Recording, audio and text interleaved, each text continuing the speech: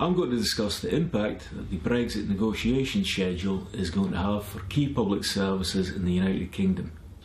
Stage 1 of negotiations began in March 2017, but have been largely confined to, firstly, the Brexit divorce bill. That's the money the UK needs to commit to meet its unfunded obligations to the EU. Secondly, freedom of movement. And thirdly, the UK-Irish border. The future partnership that the UK has with the EU bloc has yet to be addressed. Negotiations about negotiations is as far as Brexit is likely to get this year. Failure to move on to the critically important business of establishing the forms that relationships take after Brexit threatens the stability of public service provision.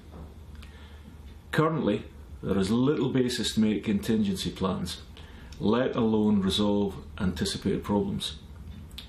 With so little future progress made on future partnerships, a difficult transition phase must be anticipated.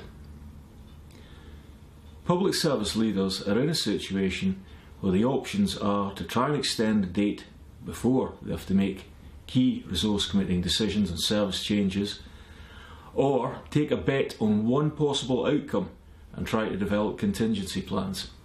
Neither are attractive options.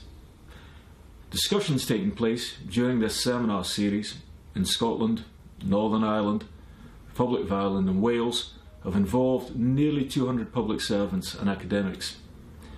Contributions from participants based in different public services with detailed insider knowledge suggest that multiple problems may come to the surface once Brexit consequences are realised. If forced to be purely reactive in the context of an abrupt Brexit, public service leaders will be faced with unforeseen problems that emerge unexpectedly. These might relate to the right to work in the UK. It could be the loss of access to EU institutions such as the European Medicines Agency or any of the EU criminal justice systems that are currently relied upon by the police.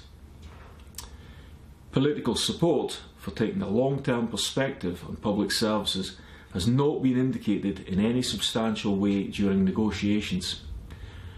Strategic actions might involve investing in the development of a police, crime and data handling capacity in anticipation of being removed from EU-based systems.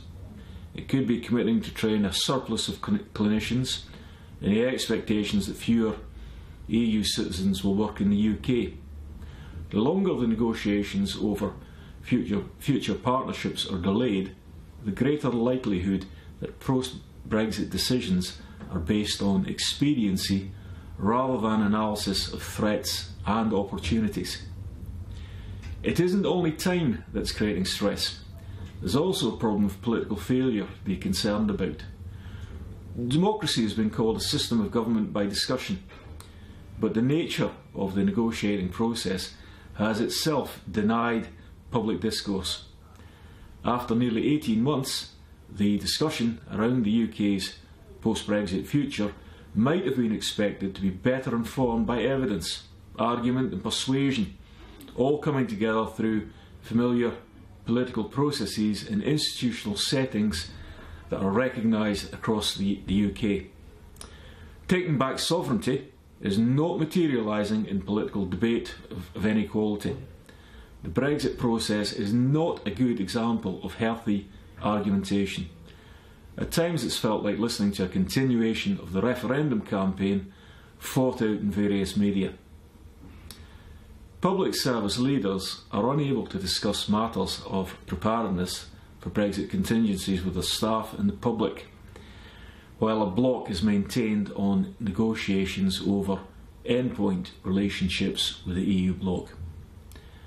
As well as funding resources, public services depend on the legitimacy conveyed on them by their staff and, more importantly, the public. The recent budget included an announcement of a £3 billion fund to be spent over the next 2 years on Brexit preparations. The sum committed is not particularly large, it could be argued, given the size of the potential task.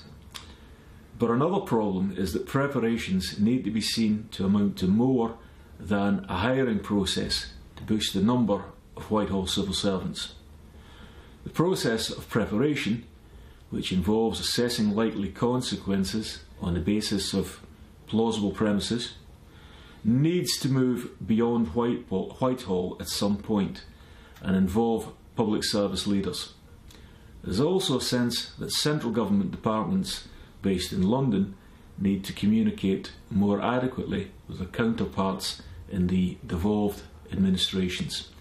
The Brexit negotiations are not proceeding satisfactorily as far as public services are concerned at present.